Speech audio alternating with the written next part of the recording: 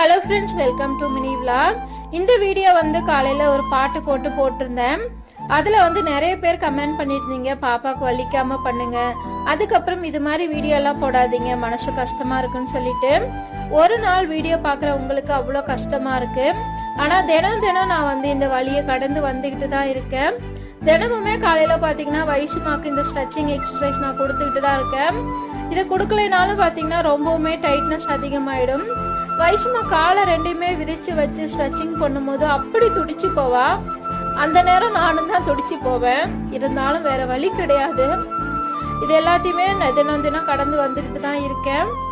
No pain no gain சொல்லுவாங்க. ஆனா கடவுள் இந்த அளவுக்கு வலியை இந்த குழந்தைக்கு கொடுத்துருக்க கூடாது. கண்டிப்பா வலிகள் இல்லைன்னா வெற்றி இல்லை. ஒரு நாள் கண்டிப்பா நாங்க வெற்றி பெறுவோம். அந்த நாளுக்காக காத்துட்டு இருக்கேன்.